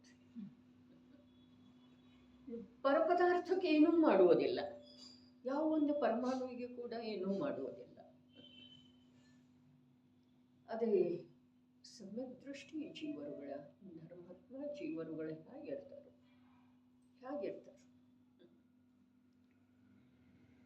ತಮ್ಮ ಸ್ವಭಾವದ ಮಹಿಮೆ, ತಮ್ಮ ಸ್ವಭಾವ ಸ್ಥಿರತೆಯ ಉದ್ಯಮ, ಅದನ್ನೇ ಹೇಳಿದರು, ನುಡಿದರು ನುಡಿಯುವುದೇ ನೋಡ್ತಾರೆ. ಪರದ್ರವ್ಯದಲ್ಲಿ ಏನಿದೆ ನೋಡುವಂಥದ್ದು, ಮತ್ತು ಪರದ್ರವ್ಯದ ಕಾರಣದಿಂದ ಏನಿದೆ ಅಭಿಮಾನ ಮಾಡುವಂಥದ್ದು. ಅದು ಒಂದು ದಿವಸ ಮಣ್ಣಾಗಿ ಹೋಗ್ತಿದೆ. ಬೆಳಗಿನ ಜಾವದಿ ಅರಳಿದ ಹೂವು ಸಂಜೆಗೆ ಬಾಡಿ ನೆನೆದಲ್ಲಿ ಬೀಳುವುದು. ಚಿನ್ನ ಬೆಳ್ಳಿಯುಳ್ಳವರೇ ಕೇಳಿರಿ, ಒಳ್ಳೆಯ ಮಾತನ್ನು ನಾನು ಹೇಳುವೆ. ಇದೆಲ್ಲ ಇಲ್ಲೇ ಬಿದ್ದು ಬಿಡ್ತಿದೆ. ಒಂದು ಸಮಯದೊಳಗೆ ಏನೇನು ಎಲ್ಲ ನಾನು ನಾನು ನಾನು ನನ್ನದು ಅಂಥೇಳಿ ಅಭಿಮಾನ ಪಟ್ಟುಕೊಳ್ತಾ ಇದ್ದ, ತಾನಾಗೇ ಆಗುವಂಥ, ತಾನಾಗೇ ಬಂದಿರುವಂಥ, ತಾನಾಗೇ ಆಗುವಂಥ ಕಾರ್ಯ, ತಾನಾಗೇ ಬಂದಿರುವಂಥ ವಸ್ತು. ಶರೀರ ಕೂಡ ತಾನಾಗೆ ಬಂದಿದೆಯಲ್ಲ, ಇವೇನು ಕೂತು ರಚನೆ ಮಾಡಿದಂತೆ. ಇಂಥದ್ದೊಂದು ಮೂಗ, ಇಂಥದ್ದೊಂದು ಬಣ್ಣ ಮಾಡಿದ್ದಾರೆ. ಮತ್ತು ಅದರದ್ದೇನ ತಾನಾಗೇ ಬಂದಿದೆ. ಧನ ತಾನಾಗೇ ಬರ್ತಿದೆ, ಶರೀರ ಬಲ ತಾನಾಗೇ ಇರ್ತಿದೆ. ಮೊದಲ ಬಾಲ್ಯಾವಸ್ಥೆಯೊಳಗೆ, ಶೈಶವಾವಸ್ಥೆಯೊಳಗೆ ಏನೂ ಇರುವುದಿಲ್ಲ, ಕತ್ತು ಕೂಡ ನಿಲ್ಲುವುದಿಲ್ಲ, ಉಳ್ತಿದೆ. ಆಮೇಲೆ ಬೆಳೀತಾ ಬೆಳೀತಾ ದೃಢ ಆಗ್ತಿದೆ, ಆಮೇಲೆ ಬಲ ಬರ್ತಿದೆ. ಇವು ನಾನು ನಾನು ಅಂತಾನೆ. ಯಾವಾಗ ನಿಶಕ್ತ ಆಗ್ತಿದೆ, ಅಯ್ಯೋ ನನ್ನ ಶಕ್ತಿ ಎಲ್ಲ ಹೋಯಿತು, ಅಯ್ಯೋ ಆಗಲ್ಲ ರೀ ಅಂತ ಹೇಳ್ತಾನೆ. ಬರ್ತೀರಿ? ಇಲ್ಲ ಆಗಲ್ಲ ರೀ. ಅರೆ ಅದನ್ನೆಲ್ಲ ತಾನು ತಾನು ತಾನು ತಾನು ಅಂದ ಭವದ ಭಾರವನ್ನು ನಿರಂತರ ದೊಡ್ಡದು ಮಾಡಿಕೊಳ್ತಾ ಇದ್ದಾನೆ, ಹೊರ್ತಾ ಇದ್ದಾನೆ, ಚಚ್ಚಿ ಹೋಗ್ತಾ ಇದ್ದಾನೆ. ಏನಿದೆ? ಯಾವ ಕಾರ್ಯದೊಳಗೆ ಏನು ಮಾಡಿದೆ? ಯಾವ ಕಾರ್ಯ ಇವನದಿದೆ ಹೇಳ್ರಿ ನೋಡು. ಅದಕ್ಕೆ ಪರಪದಾರ್ಥ ವಿಶ್ವದ ಯಾವ ಒಂದು ಪರಮಾಣು ಕೂಡ ನಿನ್ನ ಕಡೆ ನೋಡುವುದೂ ಇಲ್ಲ. ನೀ ಬೇಕಾದಷ್ಟು ಮೆರೆದರನು ನೋಡ್ತಿದೆ ಅಂದರೆ ಪರಮಾಣು ಇದೆ, ಸಮಯ ಇದೆ, ಅದಕ್ಕೇನು ತಿಳಿಯುತ್ತಿದೆ? ಸರ್ವಜ್ಞ ಪ್ರಭುಗಳಂತೂ ತಮ್ಮಲ್ಲೇ ತಾವು ಅಂತರ ನಿಮಗ್ನಿದ್ದಾರೆ. ಹಾಗಾದರೆ ನೀನು ಯಾರಿಗೆ ತೋರಿಸ್ತಾ ಇದ್ದೀ ಎಲ್ಲ ಘಮಂಡಿಯ ಮಾತುಗಳನ್ನು? ಇದೆಯೋ ಅಥವಾ ಇಲ್ಲರಿ? ಒಂದಿಷ್ಟು ವಿಚಾರ ಮಾಡಿ ನೋಡಬೇಕು. ಯಾವುದು ಇದೆಯೋ ಅದೆಲ್ಲ ಧೂಳ ಅಂಥೇಳಿ ಹೇಳಿದ್ರಲ್ಲ. ಧೂಳ ಅಂಥೇಳಿ ಯಾಕೆ ಹೇಳಿದರು? ಅದು ರಜಕಣಗಳಿಂದ ಪರಮಾಣುಗಳ ರಚನೆ ಇದೆ ಪ್ರಭು. ಅದನ್ನೇನು ಧೂಳ ಅಂಥೇಳಿ ಹೇಳಿ ತಿರಸ್ಕಾರ ಮಾಡಲಿಲ್ಲ, ಅದರ ವಾಸ್ತವಿಕತೆಯನ್ನು ಹೇಳಿದ್ದಾರೆ. ಧೂಳ ಅಂದರೆ ಏನು? ಪರಮಾಣು ರಚಿತ, ಪುದ್ದುಗಲ ರಚಿತ, ಜಡ ಸ್ಕಂಧ ಇದೆ ಪ್ರಭು, ಸ್ಕಂಧ. ಧೂಳು ಯಾಕಂದ್ರು ಅಂದ್ರೆ ಆ ಸ್ಕಂಧದೊಳಗೂ ಕೂಡ ಪ್ರತಿಯೊಂದು ಪರಮಾಣು ಸ್ವತಂತ್ರ. ಪ್ರತಿಯೊಂದು ಪರಮಾಣು ತನ್ನ ಸ್ವಚತುಷ್ಟಯದೊಳಗಿದ್ದಾವೆ, ತನ್ನ ಷಟ್ಕಾರಕದಿಂದ ಪರಿಣಮಿಸ್ತಾ ಇದ್ದಾವೆ. ಪುದ್ಗಲದ ಸ್ವರೂಪವನ್ನು ಒಂದಿಷ್ಟು ಉದಾತ್ತ ಚಿತ್ತದಿಂದ ತಿಳಿದಿದ್ದೇ ಆದ್ರೆ ಈ ಜೀವಕ್ಕೆ ಧರ್ಮ ಪ್ರಾಪ್ತ ಮಾಡಿಕೊಳ್ಳುವಲ್ಲಿ ಸ್ವಲ್ಪ ಸುಲಭ ಆಗ್ತಿದೆ. ಸ್ವಲ್ಪ ಏನು, ಬಹಳ ಸುಲಭ. ತನ್ನ ಸ್ವರೂಪ ತಾನು ಅರೂಪಿ ಇದ್ದಾನೆ, ಅದಕ್ಕೆ ತಿಳಿದು ಬರೆದಿದ್ರೆ ಸ್ವಲ್ಪ ಇಡೋನು ಪಕ್ಕಕ್ಕೆ. ಅದರ ಪುದ್ಗಲ ಇಂದ್ರಿಯ ಗೋಚರ ಇದೆಯಲ್ಲ, ಅದರ ಸ್ವರೂಪವನ್ನು ಆಗಮದ ಆಧಾರದಿಂದ ಹೇಗಿದೆಯೋ ಹಾಗಿದೆಯೋ ಸ್ಕಂಧಾಶ್ರಿತವಿರುವಂಥ ಪರಮಾಣು ಸ್ವಚತುಷ್ಟಯದಿಂದ ಹೊರಗೆ ಬರುವುದಿಲ್ಲ. ಇದು ವಸ್ತು ಸ್ವರೂಪ ಇದೆ. ಸ್ಕಂಧಾಶ್ರಿತ, ಈ ಸ್ಕಂಧದೊಳಗೆ ಎಷ್ಟು ಅನಂತ ಪರಮಾಣು ಅದಾವಲ್ಲ, ಅವು ತನ್ನ ದ್ರವ್ಯ ಕ್ಷೇತ್ರ ಕಾಲ ಭಾವದೊಳಗದವ, ಸ್ಕಂಧದೊಳಗಿಲ್ಲ. ಪ್ರತಿಯೊಂದು ಪರಮಾಣು ಸ್ವಚತುಷ್ಟಯದಿಂದ ಹೊರಗೆ ಬರುವುದಿಲ್ಲ, ಪರಚತುಷ್ಟಯದ ಅಭಾವ ಇದೆ ಅದರಲ್ಲಿ. ಇದೇನಿಲ್ರಿ? ಯಾರು ಹೇಳ್ರು? ನಿಯಮಸಾರ 47 ಶಕ್ತಿಯೊಳಗೆ ನಯದೊಳಗೆ ಬಂದದ್ದಿದೆ. ಅಸ್ತಿತ್ವ, ನಾಸ್ತಿತ್ವ. ಇಲ್ಲಿ ಜೀವತ್ವ ಮೊದಲ ಶಕ್ತಿ, ಅಲ್ಲಿ ಮೊದಲ ಅಸ್ತಿತ್ವ ಹೇಳಿದಾರ್ರಿ. 47 ನಯದೊಳಗೆ, ಧರ್ಮದೊಳಗೆ ಅಸ್ತಿತ್ವ ಎಲ್ಲಿ? ದ್ರವ್ಯ ಕ್ಷೇತ್ರ ಕಾಲ. ನಾಸ್ತಿತ್ವ ಎಲ್ಲಿ? ಪರದ್ರವ್ಯ ಕ್ಷೇತ್ರ ಕಾಲ ಭಾವ. ಪರದ್ರವ್ಯದೊಳಗೆ ನನ್ನ ದ್ರವ್ಯ ಇಲ್ಲ, ಪರಕ್ಷೇತ್ರದೊಳಗೆ ನನ್ನ ಕ್ಷೇತ್ರ ಇಲ್ಲ, ಪರಕಾಲದೊಳಗೆ ನನ್ನ ಕಾಲ ಇಲ್ಲ, ಪರಭಾವದೊಳಗೆ ನನ್ನ ಭಾವ. ನಾಸ್ತಿ, ನನ್ನೊಳಗೆ ಪರದ ನಾಸ್ತಿ, ಪರದೊಳಗೆ ನನ್ನ ನಾಸ್ತಿ. ನನ್ನ ಅಸ್ತಿ ನನ್ನಲ್ಲೇ, ಪರದ ಅಸ್ತಿ ಪರದಲ್ಲೇ. ಪರದ ದ್ರವ್ಯ ಕ್ಷೇತ್ರ ಕಾಲ ಭಾವ ಪರದೊಳಗ, ನನ್ನ ದ್ರವ್ಯ ಕ್ಷೇತ್ರ ಕಾಲ ಭಾವ ಪರದ. ನಾನು ಹೇಗಿದ್ದೇನೆ, ನನ್ನಲ್ಲೇ ಎಂಥ ಶಕ್ತಿ ಇದೆ, ಜೀವತ್ವ ಶಕ್ತಿ. ನನ್ನ ಕಾರ್ಯ ಯಾವುದರಿಂದ ಆಗ್ತಿದೆ, ನನ್ನ ತ್ರಿಕಾಲಿ ಕಾರಣದಿಂದ ಆಗ್ತಿದೆ. ಅರೆ ಅಸ್ತಿತ್ವ ನಾಸ್ತಿತ್ವ ಈಗ ಪ್ರವಚನ ಸಾರದ ಪ್ರಸಿದ್ಧ ಪ್ರಮೇಯ. ನಿಜ ಕಾರಣ ಕಾರಣ ಕಾರಣ ಶುದ್ಧ ಜ್ಞಾನ, ಕಾರಣ ಶುದ್ಧ ದರ್ಶನ, ಕಾರಣ ಶುದ್ಧ ಶ್ರದ್ಧಾ ಶಕ್ತಿ, ನಿಯಮ ಸಾರದ ಪರಿಚಯ. ಪಂಚಾಸ್ತಿಕಾಯದೊಳಗೆ ಹೇಳಿದ್ರು ಇದು ಹೀಗೆ ಇದೆ, ಇದು ಹೀಗೆ ಇದೆ. ಹೇಗೆ ಇದೆ? ಪರದಿಂದ ಭಿನ್ನ ಇದೆ. ಸಜಾತಿ ಇದ್ರನು, ಅನಂತ ಪರಮಾಣುಗಳ ಸ್ಕಂಧ ಇದ್ರನು ಅದು ಪರನಿರ್ಪೇಕ್ಷವಾಗಿ ಪರಿಣಾಮ ಮಾಡ್ತಿದೆ. ಷಟ್ಕಾರಕ ಒಂದು ಸ್ಕಂಧದೊಳಗಿರುವಂಥ ಅನಂತ ಪರಮಾಣುಗಳ ಸೂಕ್ಷ್ಮ, ಇಂದ್ರಿಯಕ್ಕೆ ಅಗೋಚರವಿರುವಂಥ ಸೂಕ್ಷ್ಮ ಉದ್ಗಲ ಅದು ಹೇಗಿದೆ ಅಂತಂದ್ರೆ ಸ್ವಚತುಷ್ಟಯದೊಳಗೆ ನಿಮಗ್ನ ಇದೆ. ಸ್ವಯಂ ತನ್ನ ಷಟ್ಕಾರಗಳಿಂದ ಪರಿಣಾಮ ಮಾಡ್ತಾ ಇದೆ. ಕರ್ತೃ ಕರ್ಮ ಕರಣ ಸಂಪ್ರದಾನ ಅಪಾದಾನ ಅಧಿಕರಣ 6 ಪ್ರಕಾರದ ಕಾರಕ ಅದರಲ್ಲೇ ಅದು. ಹಾಗೆ ಒಂದು ವೇಳೆ ಒಂದರಿಂದ ಒಂದರೊಳಗೆ ಏನಾದರೂ ಆಗಬೇಕಾಗಿತ್ತು ಅಂತಂದ್ರೆ ವಿಶ್ವದ ವ್ಯವಸ್ಥೆ ಇದೇ ಪ್ರಕಾರ ಯಾವಾಗಲೂ ಇರೋದು ಸಾಧ್ಯ ಇರಲಿಲ್ಲ. ಕಳೆದ ಅನಂತ ಕಾಲದಿಂದ ಹೀಗೆ ಇದೆ. ಹೇಗಿದೆ? ಷಡ್ದ್ರವ್ಯಮಯ ವಿಶ್ವ, ಅನಂತ ಅನಂತ ಅನಂತ ದ್ರವ್ಯಗಳ ಒಂದು ವಿಶ್ವದೊಳಗೆ ವಾಸ ಮಾಡ್ತಾ ಇದ್ದಾರೆ. ಹೇಗೆ? ಆಕಾಶದೊಳಗಲ್ಲ, ತನ್ನಲ್ಲೇ ತಾನು ವಾಸ ಮಾಡ್ತಾರೆ. ಕಾಲದ ಕಾರಣದಿಂದ ಪರಿಣಮಿಸ್ತಾ ಇಲ್ಲ, ತನ್ನ ಸ್ವಶಕ್ತಿಯಿಂದ ಪರಿಣಾಮ ಮಾಡ್ತಾರೆ. ಯಾವ ಅನ್ಯದ ಕಾರಣ ಒಂದು ಸೂಕ್ಷ್ಮ ಪುದ್ಗಲ ಇಲ್ಲಂದ ಮೇಲೆ ಈ ತ್ರಿಲೋಕ ಪೂಜ್ಯ ಆಗಬೇಕಾದಂಥ ಶಕ್ತಿ ಅವನಲ್ಲೇ ಇದೆ. ಅವನಿಗೆ ಪರ ಹೆಂಗ್ ಬೇಕಾಗಿದೆ ರೀ? ದೇವ್ ಬೇಕಾಗಿದ್ದಾರೆ, ವೀತರಾಗಿ ದೇವ್, ರಾಗಿ ದ್ವೇಷಿ ದೇವಿ ದೇವಗಳಂದಂತೂ ಮಾತೇ ಇಲ್ಲ. ಎಲ್ಲದರ ಅವರು ತಮ್ಮ ವಿಕಾರಿ ಭಾವದೊಳಗೆ, ತಮ್ಮ ಭೋಗಾಸಕ್ತಿಯೊಳಗೆ ತಾವು ನಿಮಗ್ನ ಇದ್ದಾರೆ. ಪರದಿಂದ ಸಹಾಯವನ್ನು ಬಯಸುವ ದೈನ್ಯತೆ ಜೈನನಿಗೆ ಇರುವುದಿಲ್ಲ. ಪರಕ್ಕೆ ಸಹಾಯ ಮಾಡುತ್ತೇನೋ ಅನ್ನುವ ವ್ಯರ್ಥ ಅಭಿಮಾನ ಜೈನನಿಗೆ ಇರುವುದಿಲ್ಲ. ಸಹಾಯ ಮಾಡ್ತೇನೆ ಅನ್ನೋ ಅಭಿಮಾನ, ಪರದಿಂದ ಸಹಾಯದ ಅಪೇಕ್ಷೆ ಮಾಡುವಂಥ ದೈನ್ಯತೆ ಎರಡೂ ಇರುವುದಿಲ್ಲ. ಯಾರಿಗೆ? ಜೀವಕ್ಕಲ್ಲ, ಜೈನನಿಗೆ.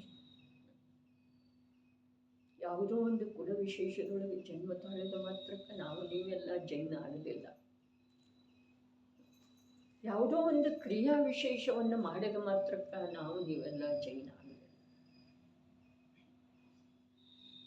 ಕಂದ ಮೂಲದ ಭಕ್ಷಣೆ ಮಾಡದೇ ಇರೋದು, ರಾತ್ರಿ ಭೋಜನ ಮಾಡದೇ ಇರೋದು, ಶೋಧಿಸದೇ ಇರುವಂಥ ಜಲದ ಪ್ರಯೋಗ ಮಾಡದೇ ಇರೋದು, ಇವುದರಿಂದ ಜೈನತ್ವ ಪ್ರಾಪ್ತ ಆಗುವುದಿಲ್ಲ ಪ್ರಭು. ಇದು ಜೈನತ್ವದ ಲಕ್ಷಣ ಅಲ್ಲ. ಇದೆಲ್ಲವೂ ಬಾಹ್ಯ ಲಕ್ಷಣ ಇದ್ರೆ ಇರಬಹುದು. ಜೈನದ ಜೀವ ಇದರೇ, ದೇಹದ ಕ್ರಿಯೆ ಅಲ್ಲ. ಜೋ ಜೀವ ಜೈನ ಅಷ್ಟ ತಿಳ್ಕೊಂಡ್ರೆ ನಮ್ಮದು ಪುಷ್ಕಳ ಇದೆ ರೀ, ಸಂಪೂರ್ಣ ಇದೆ. ಜೋ ಜೀವ ಜೈನ ಹೈ, ಜೋ ಜೀವ ಜೈನ ಹೈ. ಜೈನತ್ವ ಜೀವದಲ್ಲಿ ಇದೆ. ತಿನ್ನೋದ, ತ್ಯಾಗ ಮಾಡೋದ, ಯಾವಾಗ ತಿನ್ನೋದ, ಎಷ್ಟು ತಿನ್ನೋದ ಇರ್ಬೋದು, ಇಲ್ಲ ಅಂತ ನಾನು ಹೇಳೋದಿಲ್ಲ, ಅದರ ನಿಷೇಧ ಮಾಡುವುದಿಲ್ಲ. ಆದ್ರೆ ಅದನ್ನೇ ಜೈನತ್ವ ಅಂಥೇಳಿ ತಿಳಿಯೋದರ ನಿಷೇಧ ಮಾಡ್ತಾ ಇದ್ದೇನೆ. ಜೈನತ್ವ ಎಲ್ಲಿದೆ? ಜೀವದ ಶ್ರದ್ಧಾ, ಜ್ಞಾನ, ಅನುಭವ, ಪರಿಣಮನ ಅಲ್ಲಿದೆ. ಜೋ ಜೀವ ಜೈನ ಜಿನ ಆಜ್ಞಾಕೋಮಂತೆ ಹೇ. ಅದೇವನ್ರಿ ನಾವು ನಿಶ್ಚಯ ಭಾಷೆದ್ದು ಹೇಳಿದ್ರಿ ಏನೋ ಆ 4 ಆ ಭಾಷೆಗಳು ಅಲ್ಲೇ ಬಂದ್ರಿ ಜೈನರಲ್ಲೇನ. ಅದೇ ನೋಡ್ಬೇಕಾಗುತ್ತೆ. ಮೊದಲು ನಿಶ್ಚಯ ಭಾಷೆ ಹೇಳಿದ್ರ, ಹಾಗಾದ್ರೆ ಅಲ್ಲಿ ಬಂತ जो जीव जैन है जिन आज्ञा को मानते हैं उनमें भी मिथ्यात्व रहता है उसका निरूपण करते हैं. ಹಾಗಾದ್ರೆ ಅದು ಯಾವ ಶೀರ್ಷಿಕೆ ಕೊಟ್ಟಿದ್ದಾರೆ ನಿಶ್ಚಯಾಭಾಷಿ ಅವರಿಗಷ್ಟೇ ಬಂತು, ಏನು ಮುಂದೆ ಬರುವಂಥ ವ್ಯವಹಾರಾಭಾಷಿಗೂ ಬಂತು, ಅದರ ನಂತರ ಇರುವಂಥ ಉಭಯ ಮತ್ತು ಸಂವ್ಯಕ್ತ್ವ ಸನ್ಮುಖ ಅವರಿಗೂ ಬಂತು. ಜಿನಾಜ್ಞೆಯನ್ನು ಮನ್ನಿಸುವಂಥವ್ರು ಅದಾರೆ, ಇಲ್ದಿದ್ರೆ ವ್ಯವಹಾರ ಭಾಷೆ ಹಾಗೆ ಆ ದೃಷ್ಟಿಕೊಂಡೇ ಇನ್ನು ನಾಲ್ಕು ಓದೋದ್ರಿ ಮತ್ತೆ ಆಗ್ಬಹುದಲ್ಲ. ಇನ್ನು ನಾಲ್ಕು ಓದೋದು ಮಿಥ್ಯಾ ದೃಷ್ಟಿಗಳು ಜೋ ಜೀವ ಜೈನನೇ.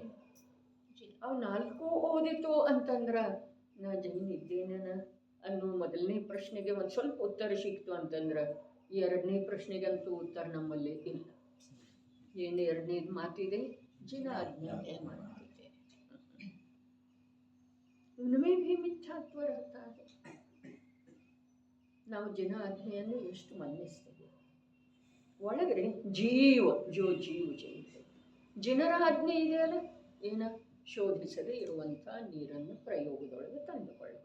ಹಾಗಾದ್ರೆ ನಾ ಜಿನಾಜ್ಞೆಯನ್ನು ಮನ್ನಿಸಿದ್ನೇನಿಲ್ರಿ, ಮನ್ನಿಸಿದನೋ ಅಥವಾ ಇಲ್ಲ, ಮನ್ನಿಸಿದೆನೋ ಅಂಥೇಳಿ ನನ್ನ ಮಾತು, ನನ್ನ ಅಭಿಪ್ರಾಯ ಇದೆ. ಆದರೆ ಜಿನ ಆಜ್ಞೆ ಶೋಧಿಸದೇ ಇರುವಂಥ ನೀರಿನ ಪ್ರಯೋಗ ಮಾಡೋದಿಲ್ಲ. ಇದರ ಹಿಂದೆ ಮತ್ತೇನಾದರೂ ಇದೆಯೋ ಅಥವಾ ಇಲ್ಲ, ಮತ್ತೇನಿದೆ? ಉನ್ಮೇ ಭೀ ಮಿಥ್ಯಾತ್ವ रहता है. ಜಿನ ಆಜ್ಞೆಯನ್ನು ಮನ್ನಿಸಿದೆವು. ಸೂರ್ಯಾಸ್ತದ ನಂತರ ಆಹಾರ ಜಲಗಳ ಸೇವನೆ ಮಾಡೋದಿಲ್ಲ. ಭೂಮಿಯೊಳಗೆ ಹುಟ್ಟಿ ಇರುವಂಥ ಬೆಳೆಯುವಂಥ ಪದಾರ್ಥಗಳನ್ನು ತಿನ್ನೋದಿಲ್ಲ. 22 ಪ್ರಕಾರದ ಅಭಕ್ಷ್ಯ ಹೇಳಿದರು, ಮುಖ್ಯ ರೂಪದಿಂದ 5 ಹೇಳಿದರು. ಅದ ಜಿನರ ಆಜ್ಞೆಯನ್ನು ಮನ್ನಿಸಿದೆವ್ರೆ ನಾವು, ಹೌದು ಅಥವಾ ಇಲ್ಲ? ಅವುಗಳ ಗ್ರಹಣ ಮಾಡಲಿಲ್ಲ, ತಿನ್ನಲಿಲ್ಲ, ಅವುಗಳನ್ನು ತಿನ್ನಿಸಲಿಲ್ಲ, ತಿನ್ನುವ ಅನುಮೋದನೆ ಕೊಡಲಿಲ್ಲ. ಜನರಾಜ್ಞೆಯನ್ನು ಮನ್ನಿಸಿದೆವೇನಿಲ್ರಿ. ಹಾಗೆ ನಾವು ತಿಳಿದಿದ್ರೆ, ಮನ್ನಿಸಿದೆವು ಅಂತ ಹೇಳಿ ತಿಳಿದಿದ್ರೆ, ನಮ್ಮಲ್ಲೇ ಸ್ವೀಕಾರ ಇದ್ದರೆ, ನಮ್ಮಲ್ಲೇ ಸೂಕ್ಷ್ಮ ಮಿಥ್ಯಾತ್ವ ಇದೆ ನೋಡಿ, ಅದನ್ನು ತೆಗೆದುಹಾಕುವ ಪ್ರಯತ್ನ ಮಾಡೋದು. ಸೂಕ್ಷ್ಮ ಮಿಥ್ಯಾತ್ವ ನಮ್ಮ ಜ್ಞಾನದೊಳಗೆ ಬರೋದಿಲ್ಲ, ಬರ್ತಿದೆ ರೀ, ಬರುವಾಗೆ ತಿಳಿಸಿದಾರಲ್ಲ. ಓದಿ ನೋಡ್ರಿ, ಓದಿ ನೋಡ್ರಿ. ಮೋಕ್ಷ ಮಾರ್ಗ ಪ್ರಕಾಶಕ್ಕೆ ಇದೇನಿಲ್ರಿ, ಸಿಗೋ ಹಾಗೆ ಇತ್ತೇನಿಲ್ರಿ. ಏನು ಹುಡುಕಬೇಕಾಗೋದ್ರಿ? ಹುಡುಕಿನೂ ಆದರೆ ಸಿಗಲಿಲ್ಲ ಅಂತ ನಾಳೆ ಹೇಳೋದಿಲ್ಲ. ಇಲ್ಲಿ ಕೂತಿರೋ ವೇಳೆದೊಳಗೆ ಹೀಗೆ ಹೇಳುವ ಅಧಿಕಾರ ಇದೆ ರೀ ನನಗೆ. ಅವಶ್ಯವಾಗಿ ಓದೋದು, ಇವತ್ತೇ ಓದೋದು. ನಾಳೆ ಯಾರು ಕಂಡಿದ್ದಾರೆ? ನಾಳೆ ಯಾರ ಜೀವನದೊಳಗೆ ಇದೆ ಅಂಥೇಳಿ ನಿಶ್ಚಳವಾಗಿ ಹೇಳಬಹುದಾಗಿದೆ. ಇವತ್ತೇ 1, 2, 3, 4 ಆದರೆ 4 ಇಲ್ಲ, ಕ್ರಮದಿಂದ ಇವತ್ತು ಶುರು ಮಾಡೋದಿದೆ. ಜೋ ಜೀವ ಜೈನ ಹೈ. ಎಂಥ ಅದ್ಭುತವಾದಂಥ ಆರಂಭ ಇದೆ ಟೋಡರ್ ಮಲ್ಲರಿಗೆ.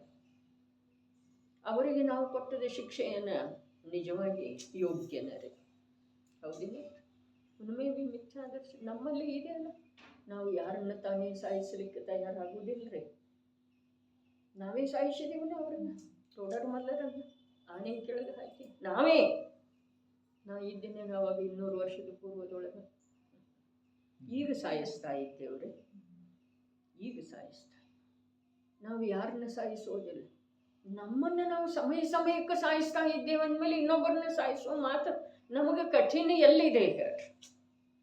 ಪ್ರತ್ಯಕ್ಷ ದ್ರವ್ಯ ಪ್ರಾಣದಿಂದ ರಹಿತ ಮಾಡುವುದೇ ಸಾವಲ್ಲ. ಭಾವ ಪ್ರಾಣಕ್ಕೆ ಪೀಡೆ ತಗಲಿಸೋದು ಸಾವಿದೆ, ಸಾಯಿಸೋದಿದೆ. ಮತ್ತು ವಸ್ತು ಸ್ವರೂಪಕ್ಕೆ ವಿರಾಧನೆ ಅಂತ ಜ್ಞಾನಿಗಳ ಸಾವ ನಮ್ಮಿಂದ ಆಗ್ತಾ ಇದೆ. ವಸ್ತು ಸ್ವರೂಪಕ್ಕೆ ವಿರಾಧನೆ ಮಾಡ್ತಾ ಇದ್ದೇವಲ್ಲ. ಅಲ್ಲಿ ಹೇಳಿದ್ರೆ ಭಾಲಚಂದ್ರ ಏನ ಜೋಶಕ್ಕೆ ಹೋಗುವ ಕರೆ ಅಶಕ್ಯಕ್ಕೆ ಈಶ್ವರ. ಅಲ್ಲಿ ಹೇಳಿದರು ಎಲ್ಲಿ, ಅಲ್ಲೆಂದ್ರೆ ಎಲ್ಲಿ, ಅಲ್ಲಿ ಅರ್ಥಾತ್ ವಸ್ತು ಸ್ವರೂಪದ ವಿರಾಧನೆ ಮಾಡೋದಂತೂ ನನ್ನಲ್ಲಿ ಭಾವ ಇಲ್ಲ. ಆದರೆ ವಸ್ತು ಸ್ವರೂಪದ ಸ್ವೀಕಾರ ಮಾಡುವುದರೊಳಗ ನನ್ನ ಸಾಮರ್ಥ್ಯ ಸಾಲ್ತಾ ಇಲ್ಲ. ಹೀಗೆ ಯಾರ ಅಂತರಂಗದೊಳಗೆ ಉದ್ಯಮ ನಡೆದಿದೆಯಲ್ಲ, ಆ ಮಾತನ್ನ ಅಲ್ಲಿ ಹೇಳಿದ್ರು, ಜೋ ಶಕ್ಯ ಹೋಗುವ ಕರೆ ಅಶಕ್ಯ ಕಿಶ. ಅದರದ ಅರ್ಥ ನಾವು ಬಹಳ ವಿಪರೀತ ಮಾಡಿದೆವು ಚಂದ್ರಕಾಂತನ್ನ. ಹಿಂದೊಂದು ಚರ್ಚೆ ಆದದ್ದಿತ್ತು, ಚೂಟೆಯವರು ಬಹಳ ವಿಪರೀತ ಮಾಡಿದೆವು. ಎಷ್ಟು ನಿನ್ನ ಕಡೆಯಿಂದ ಸಾಧ್ಯ ಇದೆ ಅಷ್ಟು ಮಾಡಲ್ಲ. ಹಾಗೆ ಮಾತಲ್ಲ. ಸಾಧ್ಯದ ಅರ್ಥ, ಶಕ್ಯದ ಮಾತು ಏನಿದೆ, ಸಂಪೂರ್ಣ ಶಕ್ತಿಯನ್ನು ತೊಡಗಿಸಿ ವಸ್ತು ಸ್ವರೂಪದ ಸ್ವೀಕಾರ ಮಾಡುವ ಉದ್ಯಮ ನಿರಂತರ ನಡೆದದ್ದು ಇದೆ. ಆದ್ರೆ ಆಗ್ತಾ ಇಲ್ಲ. ಆ ಕಾರಣದಿಂದ ಈಗ ಆಗುವುದಿಲ್ಲ, ಹೀಗೆ ಮನ್ನಣೆ ಇರಬಾರದು. ಆದ್ರೆ ಹೀಗೆ ಇದೆ. ಆದರೆ ನನ್ನಿಂದ ಆಗ್ತಾ ಇಲ್ಲ, ನಾನು ಮಾಡಬೇಕು, ನಾನೆಂಥ ದುರ್ಬಲ. ಇದು ಒಳಗಡೆ ಈ ಪ್ರಕಾರದ ವ್ಯಥೆನೇ ಅದು ಮಾತಲ್ಲ. ಅದರ ವ್ಯಥೆಯ ಜೊತೆಗೆ ಉದ್ಯಮ ಬೇಕಾರೆ. ಅದಕ್ಕೆ ಜೋ ಶಕ್ಯ ಹೋಗಕರೆ ಅಶಕ್ಯ ಕರೆ. ಶಕ್ಯ ಅಲ್ಲಂದ್ರೆ ಏನೂ ಶಕ್ಯ ಆಗೋದನ್ನೇ ಇಲ್ಲ, ಏನೂ ಆಗೋದಿಲ್ಲ. ಯಾಕೆ ಅಂತಂದ್ರೆ ಅನಾದಿ ಕಾಲದಿಂದ ಅಧರ್ಮದ್ದನೇ ಶಕ್ಯತಾ ಇದೆಯಲ್ಲ ಇವನಲ್ಲಿ. ವಸ್ತು ಸ್ವರೂಪದ ವಿರೋಧನೆದ್ದನ್ನೇ ರೂಢಿಯಾಗಿದೆ. ಆಗೋದೇ ಇಲ್ಲ. ಯಾವುದೋ ನಾಳಿಂದು ನೋಡ್ರಿ ಒಂದು ದಿವಸ ಇವತ್ತಿನ ಬಸ್ಸಿಗೆ ಹೋಗೋದಾಗುವುದಿಲ್ಲ ತಗೋ ಅಂದ್ರೆ ಆಗೋದೇ ಇಲ್ಲ. 2 ದಿವಸ 3 ದಿವಸ ಆದ್ಮೇಲೆ ಮತ್ತೆ ಹೋಗ್ತಿದ್ದಾರೆ. ಅದು ಬಿಡ್ಲಿಕ್ಕೆ ಯಾವ ಪ್ರಕಾರದನೂ ಈ ಜೀವದಲ್ಲಿ ಪ್ರಯತ್ನದ ಅವಶ್ಯಕ. ಸುಲಭ. ಆ ಮಾರ್ಗದೊಳಗೆ, ಕುಮಾರ್ಗದೊಳಗೆ, ಅಧರ್ಮದ ಮಾರ್ಗದೊಳಗೆ, ದುಃಖದ ಮಾರ್ಗದೊಳಗೆ, ಬಂಧನದ ಮಾರ್ಗದೊಳಗೆ ಹೋಗುವ ಸಲುವಾಗಿ ಈ ಜೀವದ ಬಹಳ ಸುಲಭ. ಆದ್ರೆ ಪ್ರಯತ್ನಪೂರ್ವಕನ ಒಂದು ಸಣ್ಣ ಶುಭ ಕಾರ್ಯಕ್ಕೆ ಕೂಡ ಪ್ರಯತ್ನನ ಬೇಕಾಗಿ. ಅಶುಭ ಕಾರ್ಯಕ್ಕೆ ಯಾವ ಪ್ರಯತ್ನ ಇದೆ? ಅಪ್ಪಾಜಿ ಹೇಳಿದ್ರಲ್ಲ, ಬೆಟ್ಟ ಹತ್ತಬೇಕಾದ್ರೆ 1 ಹೆಜ್ಜೆ 2 ಹೆಜ್ಜೆ ಹತ್ತಬೇಕಾದ್ರೂ ಪ್ರಯತ್ನನ. ಪೂರಾ ಮೇಲೆ ಹೋದ ನಂತರ ಕೂಡ ಇಳಿಯುವ ಸಲುವಾಗಿ ಯಾವ ಪ್ರಯತ್ನ ಬೇಕಿಲ್ಲ. ಬಿದ್ದು ಬಿಟ್ಟರೆ ಊರೊಳಗೆ ಕೆಳಗೆ ಬಂದು ಬಿಡ್ತಾನೆ. ನಡೆಯೋದು ಬೇಕೇ ಇಲ್ಲ. ಹತ್ತದೇ ಇರುವುದಕ್ಕೆ ಏನು ಮಾಡಬೇಕಾಗಿದೆ?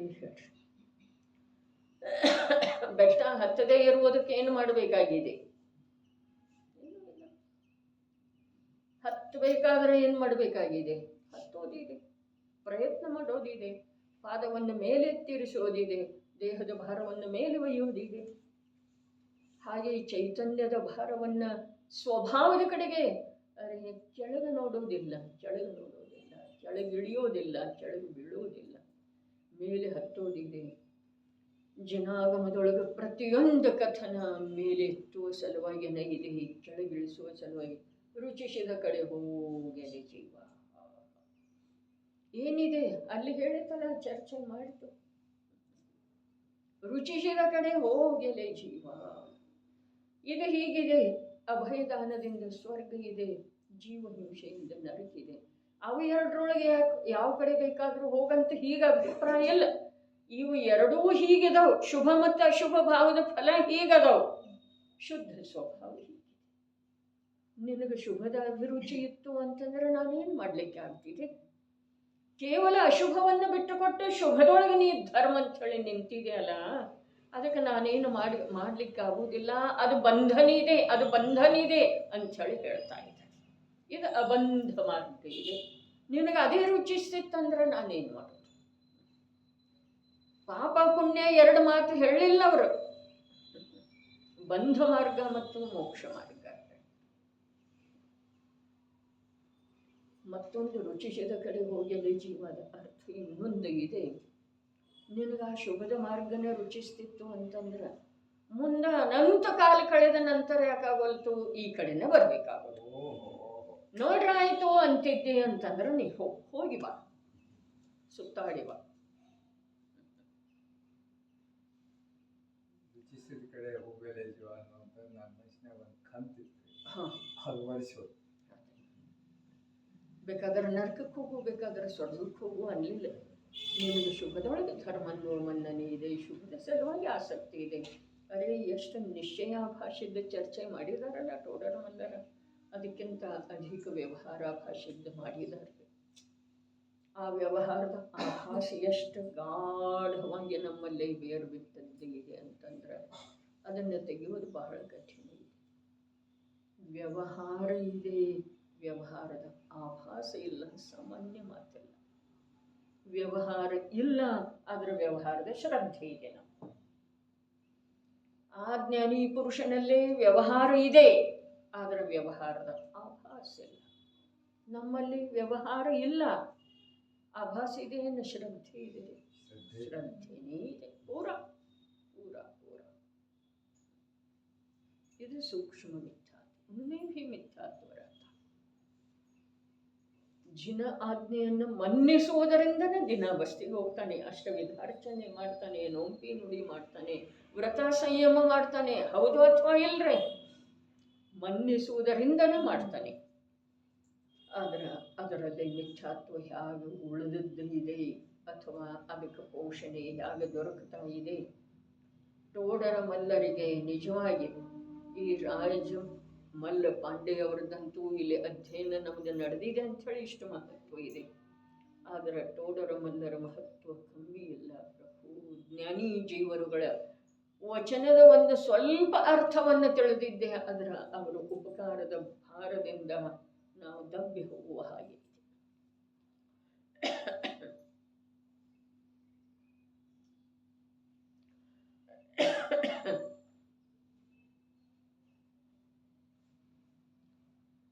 ಯಾರನ್ನು ದ್ವೇಷ ಬುದ್ಧಿಯಿಂದ ಹೇಳಲಿಲ್ಲವರು 4 ಪ್ರಕಾರದ ಮಿಥ್ಯಾ ದೃಷ್ಟಿಯ ಕಥನ ಮಾಡಿದರು. ಎಲ್ಲಿಯೂ ಅಂಥದ್ದೊಂದು ಸ್ವಲ್ಪ ಕೂಡ ಗಂಧ ಕೂಡ ಬರುವುದಿಲ್ಲ ಅವರ ಭಾವದೊಳಗೆ, ಯಾವ ವಚನವನ್ನು ಓದಿದರನು.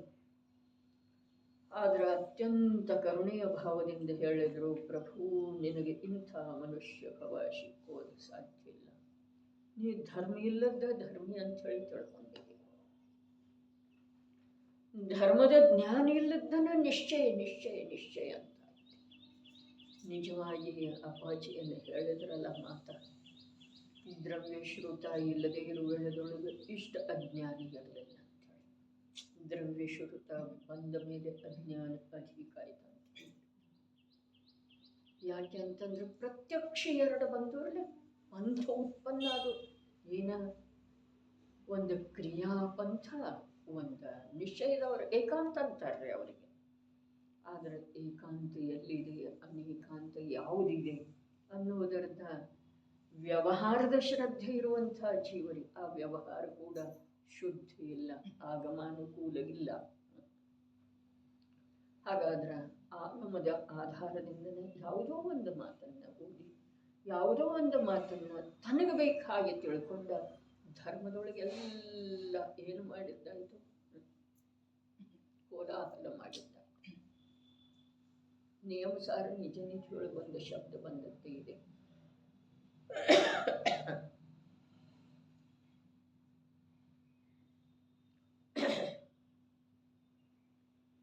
ಬಲಿಷ್ಠವಾದಂಥ ಎತ್ತು ಬಂತ ನೆನಪಿಗೆ ಎಲ್ಲ ಏನು ಮಾಡ್ತಿದೆ,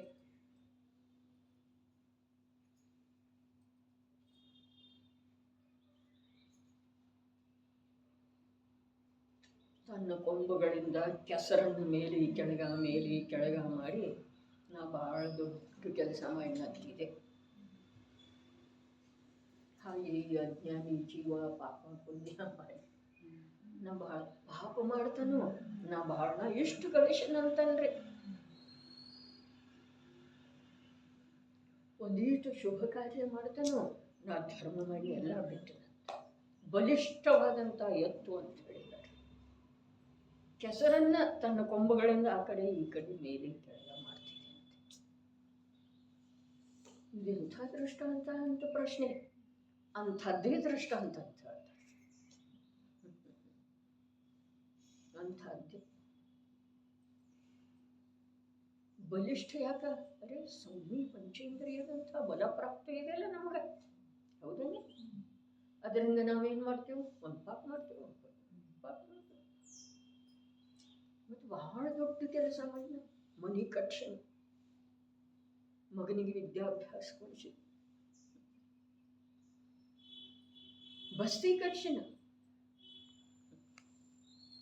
ಪಾಪ ಮತ್ತು ಪುಣ್ಯ ಬಿಟ್ಟು ಮತ್ತೇನು ಮಾಡಿದ್ರೆ ಅವನ ಬಲದ ಉಪಯೋಗ ಎಲ್ಲ ಎಲ್ಲೇ ಐತ್ರಿ, ಕೊಳಚೆ ಒಳಗನ್ನೆಲ್ಲ ಒಮ್ಮೆ ಹೀಗೆ ಒಮ್ಮೆ ಹೀಗೆ. ಆದರೂ ನಮ್ಗೆ ಏನು ಅನ್ಸೋದಿಲ್ಲ. ಅದೇ ಅವನು ಬೇರೆ ಬೇರೆ ಅವನ ಕಥೆ. ನಾನೇ ಅಂಥೇಳಿ ನನ್ನನ್ನು ಅಲ್ಲಿ ಇತ್ತ ನಾನು ನೋಡಲೇ ಇಲ್ಲ. ನಡೀರಿ, ಶುದ್ಧ ಏನ ಸ್ವಸಂವೇದನ ಪ್ರತ್ಯಕ್ಷನಾದ ನಾನು. ಪರಮಾರ್ಥವು ಹೇಗಿದೆ, ಹೇಗಿದೆ ಆ ಪರಮಾರ್ಥವು, ಅದರ ಉತ್ತರ ಹೇಳ್ತಾ ಇದ್ದಾರೆ. ಏನ ಪರಮಾರ್ಥ, ಆ ಪರಮಾರ್ಥ ಹೇಗಿದೆ? ಆ ಪರಮಾರ್ಥ ನನ್ನ ಒಳಗಿನ ಶ್ರದ್ಧಾ, ಜ್ಞಾನ, ಅನುಭೂತಿ, ಪರಿಣಾಮದ ರೂಪ ಆಗಬೇಕು. ಏನ ಸ್ವಸಂವೇದನ ಪ್ರತ್ಯಕ್ಷನಾದ ನಾನು ಯಾವಾಗಲೂ ಸದಾ ಯಾವಾಗಲೂ ಶುದ್ಧ ಚಿನ್ಮಯ ಜ್ಯೋತಿ, ಶುದ್ಧ ಜ್ಞಾನ ಸ್ವರೂಪ ಪ್ರಕಾಶನಾಗಿ, ಶುದ್ಧ ಜ್ಞಾನ ಸ್ವರೂಪ ಪ್ರಕಾಶನಾಗಿ. ಅಲ್ಲಿ ನೋಡ್ರಿ, ಅಲ್ಲಿ 3 ಶಬ್ದ ಅದಾವ ಪ್ರಾರಂಭ. ಏನ ಸ್ವಸಂವೇದನ ಪ್ರತ್ಯಕ್ಷನಾದ ನಾನು ಯಾರದ? ದ್ರವ್ಯ. ದ್ರವ್ಯ ಶುದ್ಧ ಜ್ಞಾನ ಸ್ವರೂಪ ಪ್ರಕಾಶನಾಗಿ ಯಾರದ? ಪರ್ಯಾಯ. ಪ್ರಕಾಶ ಯಾವುದರೊಳಗೆ? ಪ್ರಕಾಶ ಯಾವುದರೊಳಗೆ? ಪರ್ಯಾಯದೊಳಗೆ. ಪ್ರಕಾಶ ಯಾವುದರೊಳಗೆ? ಪರ್ಯಾಯ. ನಾನು ಸ್ವಯಂ ಹೇಗೆ? ಪ್ರತ್ಯಕ್ಷ. ಯಾವುದರಿಂದ ಪ್ರತ್ಯಕ್ಷ? ಪರ್ಯಾಯದ ಅನುಭವದಿಂದ, ಅಥವಾ ಪರ್ಯಾಯದಲ್ಲಿ ಅನುಭವದೊಳಗೆ ಬರುವಂಥ ಇದ್ದೇನೆ ನಾನು. ನನ್ನ ಪರ್ಯಾಯದೊಳಗೆ ನಾನು ಅನುಭವದಲ್ಲಿ ಬರುವಂಥ, ನನ್ನ ಪರ್ಯಾಯದಿಂದ ನನ್ನ ಸರ್ವ ಪ್ರದೇಶದೊಳಗ ನನ್ನ ಧ್ರುವ ಸ್ವರೂಪದ ಅನುಭವ ಆಗ್ತಿದೆ. ಎಲ್ಲ ಅಲ್ಲೇ ಆಯ್ತದ. ನನ್ನ ಪರ್ಯಾಯದಿಂದ ನನ್ನ ಸರ್ವ ಪ್ರದೇಶದೊಳಗ ನನ್ನ ತ್ರಿಕಾಲಿ ಧ್ರುವ ಸ್ವರೂಪದ ಸಂವೇದನ ಆಗ್ತಿದೆ. ದ್ರವ್ಯ ಕಾಣ್ತಿದೆ, ಪರ್ಯಾಯ ಕಾಣ್ತಿದೆ. ಪರ್ಯಾಯ ಸಾಮರ್ಥ್ಯದಿಂದ ಆಗ್ತಿದೆ, ದ್ರವ್ಯದ ಸರ್ವ ಪ್ರದೇಶದೊಳಗಾಗ್ತಿದೆ. ಹಾಗಾದರೆ ಯಾವುದಕ್ಕಾಯ್ತು? ಯಾವುದಕ್ಕಾಯ್ತು? ಪರಮಾರ್ಥ ಅದುವೇ ಇದೆ. ಯಾವುದೊಂದು ಭೇದ ಉಳಿಲಿಲ್ಲ. ಭೇದ ಉಳಿಲಿಲ್ಲ. ಅಭೇದದೊಳಗೂ ಕೂಡ ಎರಡೂ ಕಾರ್ಯ ನಿರ್ವಹಿಸಿದವೆ. ಇದ ಅಲ್ಲಿ ಅನುಭವದೊಳಗೆ ಬರುವಂಥದ್ದನೇ ಇದೆ, ಬರುವಂಥದ್ದನೇ ಇದೆ, ಬರುವಂಥದ್ದನೇ ಇದೆ. ಆದ್ರೆ ಮಾಡು ಅನುಭವದೊಳಗೆ ತಗೊಳ್ಳುವಂಥ ಪರ್ಯಾಯನ ಇರಲಿಲ್ಲಲ್ಲ ಇದುವರೆಗೆ. ಆ ಪರ್ಯಾಯನ ಇರಲಿಲ್ಲ. ಇದು ಬರುವಂಥದ್ದನೇ ಇದೆ, ಬರುವಂಥದ್ದನೇ ಇದೆ. ಧ್ರುವ ದ್ರವ್ಯ ಪರ್ಯಾಯದೊಳಗೆ ಅನುಭವದಲ್ಲಿ ಬರುವ ಸಲುವಾಗಿ ಈ ಸಂಜ್ಞಿ ಪಂಚೇಂದ್ರಿಯದ ವಿಕಾಸ ರೂಪದ ಪರ್ಯಾಯ ಇರುವೆಳೆದೊಳಗೆ ಸದಾ ತಯಾರಿದೆ ಅದ ದ್ರವ್ಯ. ಈಗಷ್ಟೇ ಅವಾಗನು ಏಕೇಂದ್ರಿಯದೊಳಗನು ಅವಾಗನು ತಯಾರನೇ ಇತ್ತ. ಆದರೆ ಇದರಲ್ಲಿ ಸಾಮರ್ಥ್ಯನೇ ಇಲ್ಲ ಅಂದ ಕೂಡಲೇ ಇದಕ್ಕೆ ದೋಷ ಆರೋಪ ಮಾಡಲಿಕ್ಕೇನೂ ಬರುವುದಿಲ್ಲ, ಮತ್ತು ಅದು ತಯಾರಿದೆ ಅಂಥೇಳಿ ಹೇಳೋದೇನೋ ನಿರರ್ಥಕಿದೆ ಅಂಥೇಳಿ. ಇದು ಯಾವಾಗಲೂ ತಯಾರಿದೆ ಧ್ರುವ ದ್ರವ್ಯ. ಯಾವಾಗ? ಈ ಸಂಜ್ಞಿ ಪಂಚೇಂದ್ರಿಯ ದಶೆ ಯಾವ ಸಮಯದಿಂದ ಕಾರ್ಯ ಮಾಡ್ತಾ ಇದೆಯಲ್ಲ ಆ ಸಮಯದಿಂದ ಅದು ತಯಾರನೇ ಕೂತಿದೆ. ಯಾವಾಗ ಇದು ಬರ್ತಿದೆ ನೋಡ್ರಿ, ಆ ಸಶಕ್ತ ಪರ್ಯಾಯ ಯಾವಾಗ ಬರ್ತಿದೆ, ಯಾವಾಗ ಬರ್ತಿದೆ ಅಂಥೇಳಿ ಅದು ಪರಿಪೂರ್ಣ ರೂಪದಿಂದ ಎಲ್ಲ ಕೊಡುವ ಸಲುವಾಗಿ ಅನುಭವದೊಳಗೆ ಬರುವ ಸಲುವಾಗಿ ತಯಾರಿದೆ. ಆದರೆ ಅದು ಹೊರಹೊರಗನ ಹೊರಹೊರಗನ ಹೊರಹೊರಗನ ಹೊರಹೊರಗನ ತನ್ನ ಸಾಮರ್ಥ್ಯವನ್ನೆಲ್ಲ ಕಳ್ಕೊಂಡ್ಬಿಟ್ಟಿತು ಅಂತಂದ್ರೆ ಇದು ಏನಾಗ್ತಿದೆ ರೀ, ಇದು ಏನಾಗ್ತಿದೆ? ಉತ್ಸಾಹ ಕುಂದಿ ಅದು ಪಾಷಾಣವತ್ತು ಆಗ್ತಿದೆಯೇನ? ಆಗ್ತಿದೆ, ನಿಶ್ಚಿತವಾಗಿ ಆಗ್ತಿದೆ. ಧ್ರುವ ದ್ರವ್ಯದೊಳಗ ನಿಗೋಧಾವಸ್ಥೆಯಲ್ಲಿರುವೆಳದೊಳಗೆ ಏನು ಉತ್ಸಾಹ ಇದೆ ರೀ? ಪರ್ಯಾಯದೊಳಗೆ ಅನುಭವದಲ್ಲಿ ಬರುವಂಥ ಶಕ್ತಿ ಅಥವಾ ಉತ್ಸಾಹ ಇದೆ ರೀ ಅಲ್ಲಿ? ಇಲ್ಲವೇ ಇಲ್ಲ. ವಿಕಲೇಂದ್ರಿಯದೊಳಗೆ ತ್ರಸ ಪರ್ಯಾಯಕ್ಕೆ ಪ್ರಾಪ್ತ ಆದ ನಂತರ ಸಂಜ್ಞಿ ಪಂಚೇಂದ್ರಿಯದವರೆಗಿನ ಪರ್ಯಾಯಗಳ ವಿದ್ಯಮಾನತೆ, ಪರ್ಯಾಯಗಳ ಪ್ರವಾಹ ನಡೆದಿರುವೆಳೆದೊಳಗ ಆ ಧ್ರುವ ದ್ರವ್ಯ ಸುಮ್ಮನೆ ಇದೆ, ನಿರುತ್ಸಾಹಿ ಇದೆ, ಪಾಷಾಣದ ಹಾಗೆ ಇದೆ. ಇದರಲ್ಲಿ ಯಾವಾಗ ಬರ್ತಿದೆ ಅಲ್ಲ ಸಾಮರ್ಥ್ಯ ನೋಡ್ರಿ. ಇದಕ್ಕೊಂದು ಸಣ್ಣ ದೃಷ್ಟಾಂತ ಹೇಳಿದರೆ ಆ ದೃಷ್ಟಾಂತದ ಅವಶ್ಯಕತೆ ಇಲ್ಲ, ಆದರೆ ಒಂದು ಸ್ವಲ್ಪ ಸ್ಪಷ್ಟ ಆಗ್ತಿದೆ. ಯಾವ ತಾಯಿ ಇದ್ದೊಬ್ಬ ಮಗನನ್ನು ಪತಿಯನ್ನು ಕಳ್ಕೊಳ್ತಾಳೆ, ಇದ್ದೊಬ್ಬ ಮಗನನ್ನು ಕೂಲಿ ನಾಲಿ ಮಾಡಿ ಬೆಳೆಸ್ತಾಳೆ. ಬೆಳೆಸುವಳದೊಳಗೆ ಅವಳಿಗೆ ಯಾವ ಬೇಸರನೂ ಇಲ್ಲ, ಯಾವ ಆಸೆನೂ ಇಲ್ಲ. ಆಸೆ ಇದೆ, ಇಲ್ಲ ಅಂತಲ್ಲ. ಬೆಳೆಸ್ತಾಳೆ, ಓದಿಸ್ತಾಳೆ, ಅವನನ್ನು ಸಮರ್ಥ ಮಾಡ್ತಾಳೆ. ಅವ ಸಮರ್ಥಾಗಿ ಗಳಿಕೆಯನ್ನು ಆರಂಭ ಮಾಡ್ತಾಳೆ. ಆವಾಗಿಗೆ ತಯಾರು ಕೂತಿರ್ತಾಳ್ರಿ. ಯಾವಾಗ ನನ್ನ ಮಗ ಕರೀತಾ ತನ್ನ ಕಡೆ ಅಲ್ಲಿ ಮನೆ ಮಾಡ್ತಾ, ಯಾವಾಗ ನನ್ನ ಕರೀತಾ, ಅವನ ವೈಭವವನ್ನು, ಅವನ ಗಳಿಕೆಯನ್ನು ನಾನು ನೋಡೋದ, ಅನುಭವಿಸೋದು ಯಾವಾಗ ಅಂಥೇಳಿ ಕೂತಿರ್ತಾಳ್ರಿ. ಸಾಲಿಗೆ ಹೋಗ್ತಾ ಇದ್ದ ಆ ವೇಳೆದೊಳಗೆ ಅದು ಭಾವ ಇತ್ತೇನ್ರಿ? ಎಲ್ಲ. ಅದೇ ಪ್ರಕಾರ ಸಂಜ್ಞಿ ಪಂಚೇಂದ್ರಿಯದವರೆಗೆ ದ್ರವ್ಯದೊಳಗೆ ಏನಿಲ್ಲ, ಬಸ್ ಮಾಡ್ತಾ ಇತ್ತು ಅದರ ಅಭಾವ ಆಗಿರಲಿಲ್ಲ. ಯಾವಾಗ ಸಂಜ್ಞಿ ಪಂಚೇಂದ್ರಿಯ ಪರ್ಯಾಯ ರೂಪದಿಂದ ಪರಿಣಮಿಸ್ತಾ ಇದೆಯಲ್ಲ, ಆವಾಗ ಅದಕ್ಕೆ ಉತ್ಸಾಹ ಜಾಗೃತ ಆಯ್ತು. ಸದಾ ತಯಾರಿ. ಯಾವಾಗ ಪರ್ಯಾಯ ತನ್ನ ಕಡೆಗೆ ನೋಡ್ತಿದೆ, ತಾನು ಸಂಪೂರ್ಣ ರೂಪದಿಂದ ಪರ್ಯಾಯದಲ್ಲಿ ಪ್ರಗಟ ಆಗ್ತೇನೋ, ತನ್ನ ಸರ್ವ ಪ್ರದೇಶದೊಳಗ ನಿರಾಕುಲ ಶಾಂತಿ ತೃಪ್ತಿ ಆಗ್ತಿದೆ ಅಂಥೇಳಿ ಅದಕ್ಕೆ ಕಾದು ಕೂತಿದೆ. ಆದರೆ ಅದು ಮಾಡ್ತೇನೋ, ಇದು ಮಾಡ್ತೇನೋ, ವಿದ್ಯಾ ಕಲಿತೇನೋ, ಧನ ಸಂಪಾದನೆ ಮಾಡ್ತೇನೋ, ಮನೆ ಕಟ್ತೇನೋ, ಬಸ್ತಿ ಕಟ್ತೇನೋ, ಶಾಸ್ತ್ರ ಬರಿತೇನೋ, ಶಾಸ್ತ್ರ ಓದ್ತೇನೋ, ಶಿಬಿರ ಮಾಡ್ತೇನೋ, ಪಂಚಕಲ್ಯಾಣ ಎಷ್ಟು ಛೋಟಾ ಸಾತು ಕಿತನೇ ಬಡೆ ಅರಮಾನ ಐತೇರಿ. ಛೋಟಾ ಸಾತು, ನೀ ಎಷ್ಟಿದ್ದಿ? ಅದೇ ನಾವು 3 ಕಾಲದಲ್ಲೂ ಇಲ್ಲ. ಛೋಟಾ ಸಾತು ಅಂದರೆ ನಿನ್ನ ಸಾಮರ್ಥ್ಯ ಇಷ್ಟು, ಕಾರ್ಯ ಮಾಡುವ ಸಾಮರ್ಥ್ಯ ಒಂದು ಸಮಯ ಇದೆಯಲ್ಲ. ಕಿತನೇ ಬಡೆ ಅರಮಾನ ಐತೇರಿ. ಬಸ್ತಿ ಕಟ್ಟಬೇಕು, ಯಾತ್ರಾ ತೆಗಿಬೇಕು, ಯಾತ್ರೆಗೆ ಒಯ್ದು ತರಬೇಕು, ಜನರನ್ನು ಗ್ರಂಥ ಬರಿಬೇಕು, ಶಿಬಿರ ಮಾಡಬೇಕು, ಗ್ರಂಥ ಓದಬೇಕು, ಕೊನೆಗೆ ದೀಕ್ಷಾ ತಗೊಳ್ಬೇಕು, ಸಲ್ಲೇಖನ ತಗೊಳ್ಬೇಕು, ಉಪವಾಸ ಮಾಡಬೇಕು, ತಪಾಸ ಮಾಡಬೇಕು. ಛೋಟಾ ಸಾತು ಕಿತನೇ ಬಡೆ ಅರಮಾನ ಐತಿ. ಹಾಗಾದ್ರೆ ಆ ಅರಮಾನಗಳ ಮಧ್ಯದೊಳಗ, ಆಶೆ ಆಕಾಂಕ್ಷೆಗಳ ಮಧ್ಯದೊಳಗ, ಪರಕರ್ತೃತ್ವದ ಭಾರದೊಳಗ ಆ ಛೋಟಾ ಸಾ ಇದ್ದದ್ದು ನಷ್ಟ ಆಗಿ ಹೋಗ್ತಿದೆ.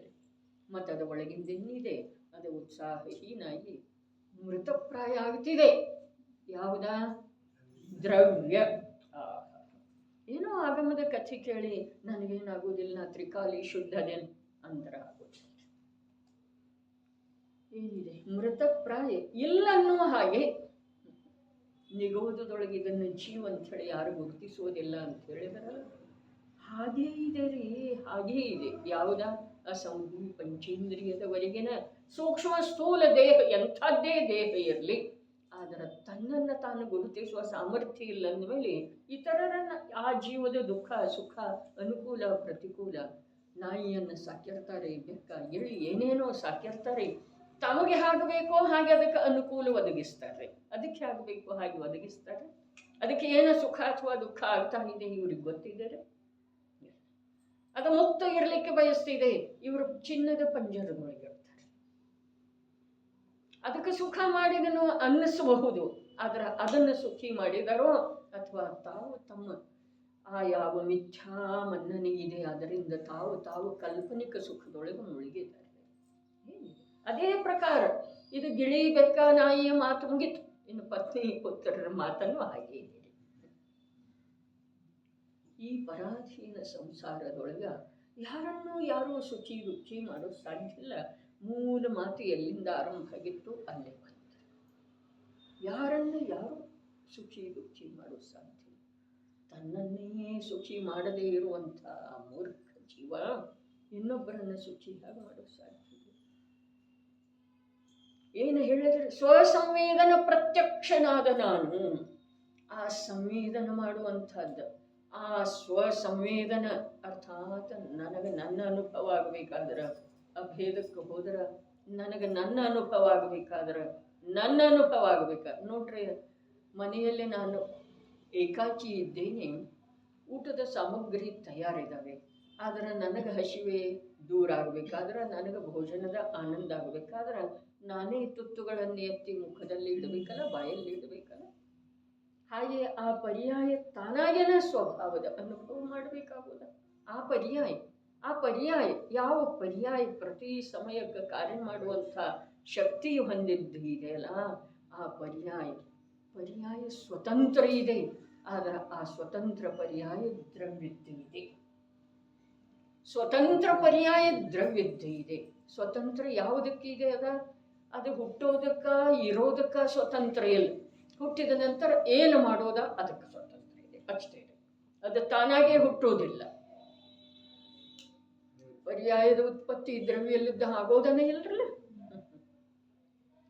ಪರ್ಯಾಯದ ಉತ್ಪತ್ತಿ ದ್ರವ್ಯಲ್ಲಿದ್ದ ಆಗೋದಿಲ್ಲ. ಈ ಮಾತು ಸತ್ಯ ಇದ್ರೂ ಪರ್ಯಾಯದೊಳಗೆ ಯಾವ ಪ್ರಕಾರದ ಕಾರ್ಯ ಆಗಬೇಕು, ಏನು ಅನುಭವ ಮಾಡಬೇಕು ಅದ ಪರ್ಯಾಯದ ಆಚೆ. ಸ್ವತಂತ್ರ ಇರುವೆಳದೊಳಗೆ ಕೂಡ ದ್ರವ್ಯದ್ದೇ ಇದೆ. ದ್ರವ್ಯದ ಪರಿಣಮನವೇ ಪರ್ಯಾಯ ಇದೆ. ಪರ್ಯಾಯವೇ ಪ್ರತಿ ಸಮಯಕ್ಕೆ ದ್ರವ್ಯ ಇದೆ. ಪರ್ಯಾಯವನ್ನು ಹೊರತುಪಡಿಸಿ ದ್ರವ್ಯದ ಸತ್ತ ಅಸ್ತಿತ್ವ ಬೇರೆ ಎಲ್ಲಿಯೂ ಇಲ್ಲ. ಅದಕ್ಕೆ ಸ್ವಸಂವೇದನ ಪ್ರತ್ಯಕ್ಷನಾದ ನಾನು ಯಾವಾಗಲೂ ಶುದ್ಧ ಜ್ಞಾನ ಸ್ವರೂಪ ಪ್ರಕಾಶನಾಗಿ ನಿಶ್ಚಯದಿಂದ ಜೀವದ್ರವ್ಯ ಇದ್ದೇನೆ. ನಿಶ್ಚಯದಿಂದ ಜೀವದ್ರವ್ಯ. ನೀವು ಉಲ್ಟಾ ಹೋಗುವ ಪ್ರಯತ್ನ ಮಾಡಿದ್ದು. ನಾನೇನಿದ್ದೇನು? ಜೀವದ್ರವ್ಯ. ಏನಿದ್ದೇನು? ನಿಶ್ಚಯದಿಂದ ಜೀವದ್ರವ್ಯ. ಎಂಥ ಜೀವದ್ರವ್ಯ? ಶುದ್ಧ ಜ್ಞಾನ ಸ್ವರೂಪ ಪ್ರಕಾಶ ಆದಾಗ ಜೀವದ್ರವ್ಯ, ಆದರ ಜೀವದ್ರವ್ಯದ ಆಗಿ ಜೀವದ್ರವ್ಯ. ಏನು? ಶುದ್ಧ ಜ್ಞಾನ ಸ್ವರೂಪ ಪ್ರಕಾಶ ಯಾವಾಗ ಆಗ್ತೇನೋ ಆವಾಗ ಜೀವದ್ರವ್ಯ. ಆದಾಗ ಇದ್ದೇನ ಜೀವದ್ರವ್ಯ, ಆಗೇನ ಜೀವದ್ರವ್ಯ. ಆಗದೇ ಇದ್ರೆ ಜೀವದ್ರವ್ಯ